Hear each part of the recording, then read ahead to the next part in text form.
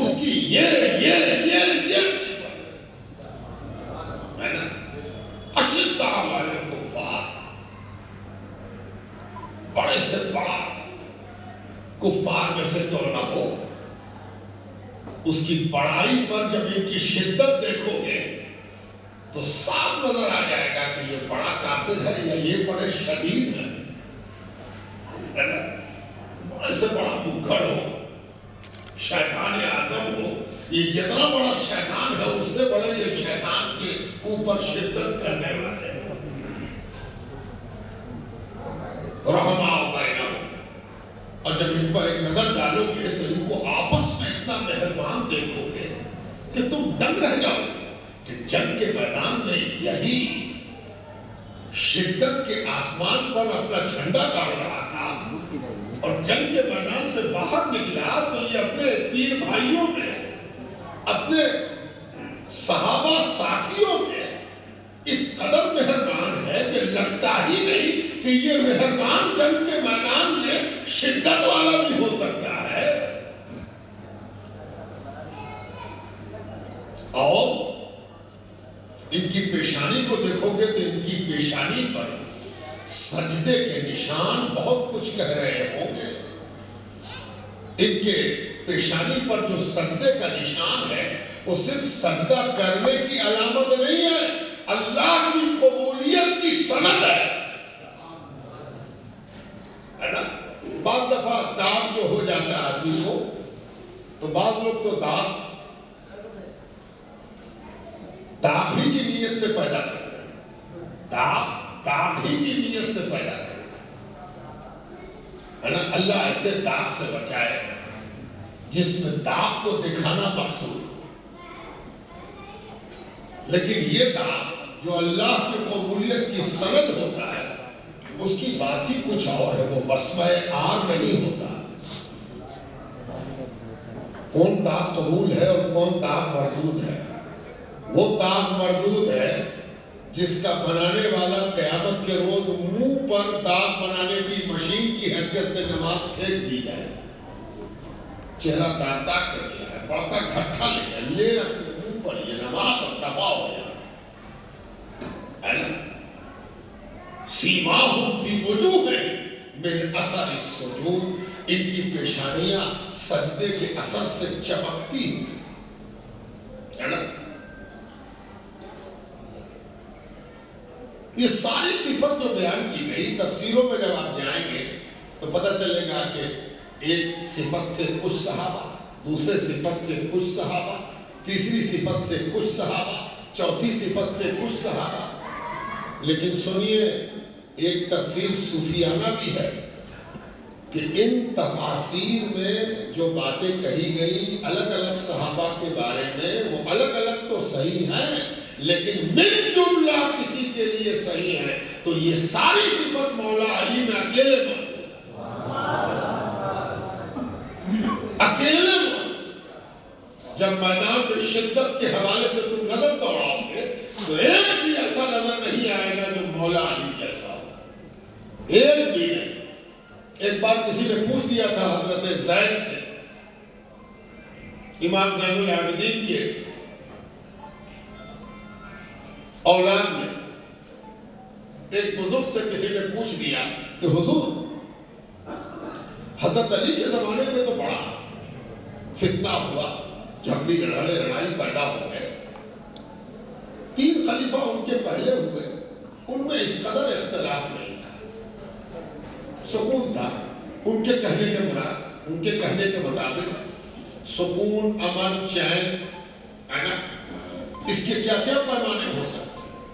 کوئی تو کہے گا کہ جتنی دولت بعد میں صحابہ کو ہوئی نبی کے وقت میں نہ تھی، تب تو تنگی ہوگی، اگر کہیں پر دولت نہ ہو تو تنگی ہوگی، تو نبی کے زمانے کی تنگی افضل ہے کہ صحابہ کے زمانے کی سیرابی افضل ہے؟ بات سمجھ میں آتی ہے؟ جب سلامت کپڑا نہیں تھا تب افضلیت تھی، جب کپڑا سلامت ہوا تو مفضولیت ہو۔ اس لیے کس کو افضلیت ہے اور کس کو مفضولیت ہے یہ ایک الگ سوال ہے، لیکن ایک بات یاد رکھنی چاہیے کہ ان سے پوچھا گیا کہ حضرت علی کے دور میں اتنا جو خلفشار ہوا، اس کی کیا وجہ ہے؟ کیا جواب دیا انہوں نے کہا حضرت علی سے پہلے جو 3 خلیفہ ہوئے نا، ان کے ہاتھ سے کئی لوگ قتل ہوئے۔ ایسا بہترین جواب ہے۔ فرمایا سیدنا ابوبکر صدیق، سیدنا عمر فاروق اور سیدنا عثمان غنی کہ اپنی تلوار سے کتنے کافر قتل ہوئے تھے؟ سب سے زیادہ جس کی تلوار سے قتل ہوئے وہ تو مولا علی ہے۔ تو مولا علی کے تلوار سے جو لوگ قتل ہوئے، ان کے لوگوں کے دلوں میں مولا علی کے لیے سکون کہاں سے رہ گیا؟ تو مولا علی کے لیے جو پریشانی ہے، اضطراب ہے، بے چینی ہے، ایک قسم کا عدم اطمینان ہے، وہ اسی لیے ہے کہ یہ وہی ہے جن کی تلوار سے فلاں فلاں فلاں فلاں فلاں فلاں اس جنگ میں فلاں، اس جنگ میں فلاں، فلاں جگہ فلاں، فلاں جگہ فلاں، فلاں فلاں میں فلاں شہید ہوا تو حضرت علی کے ہاتھ سے۔ اس لیے دبی ہوئی چنگاریاں جو تھیں وہ حضرت علی کے دور میں جو شعلہ بن گئی، اس چنگاری کی وجہ تھی۔ وجہ پر مٹی مت ڈالو، آنکھ مل کے دیکھو کہ وجہ کیا تھی۔ یہ مولا علی ہے جن کا سب سے بڑا کمال بھی سن لیجئے، اور آج پھر ان کے کمال سننے سے پہلے یہ جان لیجئے کہ وجہ کیا ہے کہ اس خانقاہ میں مولا علی کا قل ہو اور مجلس ہو اور اہتمام ہو۔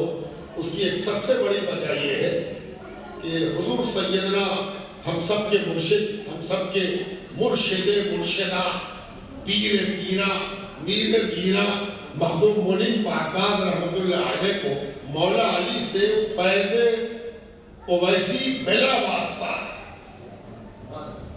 یہ تصوف کی دنیا میں، طریقت کی دنیا میں 2 طرح کی استادی چلتی ہے۔ ایک استادی وہ ہے جس میں آمنے سامنے استاد اور شاگرد ہوتے ہیں، جو ساری دنیا جانتے ہیں۔ اس کی ایک تھوڑا سا ترقی یافتہ شکل آن لائن آ گئی۔ آن لائن میں بھی استاد سامنے ہوتا ہے، شاگرد ہوتا ہے، بیچ میں نیٹ ہوتا ہے، کنیکشن، نیٹ کا کنیکشن ہوتا ہے، لیکن ہوتا استاد شاگرد آمنے ہی سامنے ہے نا۔ تصوف کی دنیا میں ایک استادی اور چلتی ہے، اور وہ ہے اویسی۔ کہاں حضور پاک علیہ السلام، کہاں اویس قرنی، نہ کبھی ملاقات ہوئی، نہ کبھی دید شنید ہوئی، نہ چٹھی آئی، نہ پتری گئی۔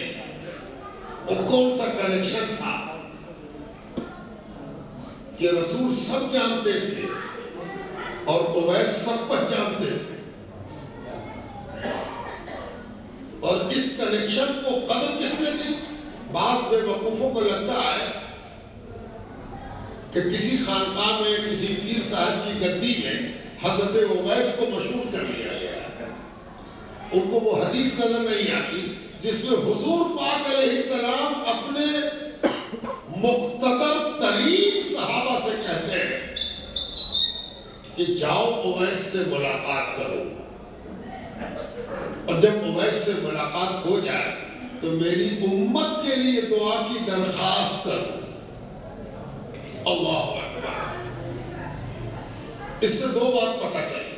پہلی بات یہ پتہ چلی کہ اویسی نسبت جو انہی کے نام سے منسوب ہو گئی ہے، یعنی جب ظاہری ملاقات نہ ہو اور نسبت پختہ ہو تو اس کو حضرت اویس کی مثال زندہ رکھنے کے لیے اویسی کہا گیا۔ اویس کے جیسی نسبت اویسی کہلائی، جس میں جس سے نسبت ہو اس سے کبھی ملاقات نہ ہوئی، لیکن ملاقات نہ ہونے کے باوجود نسبت ایسی ہو کہ ملاقات والے کو وہاں بھیجا جائے، اس کو کہتے ہیں اویسی نسبت۔ اور یاد رکھنا چاہیے کہ کسبی چیز نہیں ہے، کسبی، کسب، محنت کر کے، تگ و دو کر کے حاصل کر لیا، دوڑتے رہے ایئرٹیل کے آفس میں کہ میرے بھی کنیکشن لگا دو نیٹ کا، ہے نا، بڑی محنت کیا، اچھے سے تار وار جوڑوایا، بوسٹر بھی خرید لیا، پھر جا کے ایک دن دیکھا کہ اچھا کنیکشن آ گیا۔ یہ کسب ہے، یہ کسب ہے، اور کسب سے اویسیت نہیں آتی۔ اویسیت اس نسبت کو کہتے ہیں جس میں کسب کا پتہ نہ ہو اور نسبت حاضر ہو۔ یہ وہب ہے۔ اللہ تعالیٰ جب کسی کو منتخب کرتا ہے تو اس کو ایسی نسبت کی استطاعت دیتا ہے، طاقت دیتا ہے کہ اس کا تعلق اپنے نبی سے، اپنے ولی سے قائم کر دیتا ہے۔ اور یہ اویسی نسبت حضور مخدوم منیر پاکباز کو مولا علی سے حاصل ہے۔ اویسی ہے نا۔ اب اپنے سلسلے میں اور بزرگوں کے ہاں ایک چیز اور دیکھنے میں آتی ہے، پہلے میرے سمجھ میں نہیں آتی تو میں نے ایک روز اپنے شیخ سے کہا کہ حضور یہ بات سمجھ میں نہیں آتی، جانتے ہیں وہ چیز کیا ہے؟ کہ بڑے حکیم صاحب، حکیم فرحت اللہ کریم چکی، بڑے آدمی ہم لوگوں کے پیران شجرا ہیں، بڑے حکیم صاحب اپنے مریدوں سے کہتے تھے کہ مظہر حسین، اپنے بیٹے مظہر حسین کی خدمت میں تم بیٹھے، مظہر حسین سے توجہ لیا، مظہر حسین کی صحبت میں رہے، تو ہم آپ کہیں کہ حضور کی صحبت میں ہے ہی ہے تو مظہر حسین کی صحبت میں کیا کریں؟ حضور کی صحبت میں، حضور کے مرید ہیں، حضور کے شاگرد ہیں، تو مظہر حسین بیٹا کی صحبت میں کیوں جائیں؟ وہ تو پھر بھائی ہے، وہ بھی آپ سے صحبت حاصل کرتے ہیں، ہم بھی حاصل کرتے ہیں، وہ بھی توجہ لیتے ہیں، ہم بھی توجہ لیتے ہیں۔ ہاں یہ ہو سکتا ہے کہ وہ کچھ آگے ہو ہم کچھ پیچھے ہو، لیکن ہم دونوں تو ایک ہی کلاس کے اسٹوڈنٹ ہیں نا، کلاس فیلو نہ ہے، پیر بھائی ہے نا، ہم مرشد ہیں نا۔ لیکن بڑے حکیم صاحب نے ایک جملہ کہتے ہیں، جو مظہر حسین کی صحبت میں نہیں بیٹھا وہ میری صحبت میں بھی نہیں بیٹھا، ہے نا۔ یہ اکیلا واقعہ نہیں ہے، کبھی وقت رہے گا تو بتاویں گے آپ کو کہ کہاں کہاں سلسلے میں کہاں کہاں یہ بات آئی۔ اپنے شاعر سے ہم نے پوچھ دیا کہ حضور یہ بات سمجھ میں نہیں ہے کہ پیر کہے کہ پیرزادے کی صحبت میں بھی بیٹھو، پیر کہے کہ پیرزادے کے پاس بھی بیٹھو، پیرزادے سے بھی توجہ لو، اس میں کیا بات ہے؟ کچھ سمجھ میں نہیں، پیرزادے کے پاس کیوں بیٹھے گا، ہے نا، پیرزادے سے کیوں فائدہ اٹھا؟ تو میرے شاعر نے کہا اتنی صاف بات بھی آپ کو سمجھ میں نہیں آتی ہے؟ ایک دم سمجھ میں نہیں آتی، ایک دم نابینا۔ یہ بھی یاد رکھیے پیر کے سامنے مرید کو کیسا رہنا چاہیے، نیاز نے بتا دیا ہے۔ جو کچھ پڑھا لکھا تھا نیاز نے اسے صاف دل سے بھلا دیا، ہے نا۔ اچھا نیاز آپ کہیے کہ نیازیہ سلسلے کی بات ہے، حضرت کا کیا؟ حضرت مخدوم منیر پاکباز رحمۃ اللہ علیہ 70 برس کی عمر میں شاہ فرہاد کی خدمت میں گئے تھے، اللہ، لگ بھگ 60-70 سال کی عمر، جس عمر میں آدمی پختہ ہو چکا ہے۔ 11 سال صحبت میں رہے حضرت، 11 سال جب پورا ہو گیا تو عمر بھی 70-75 کے لپیٹ میں آ گئی حضرت کی، اللہ اکبر۔ تو 2 سال حضرت کے خلیفہ کی صحبت میں رہے، اسد اللہ رحمۃ اللہ علیہ۔ اسد اللہ کے پیر بھائی تھے، پیر نے بیٹھا دیا کہ اسد اللہ کی خدمت میں رہو، وہی بات جو ابھی کہہ رہے ہو۔ تو میر اسد اللہ رحمۃ اللہ علیہ نے 6 مہینہ گزرنے کے بعد حضرت سے پوچھا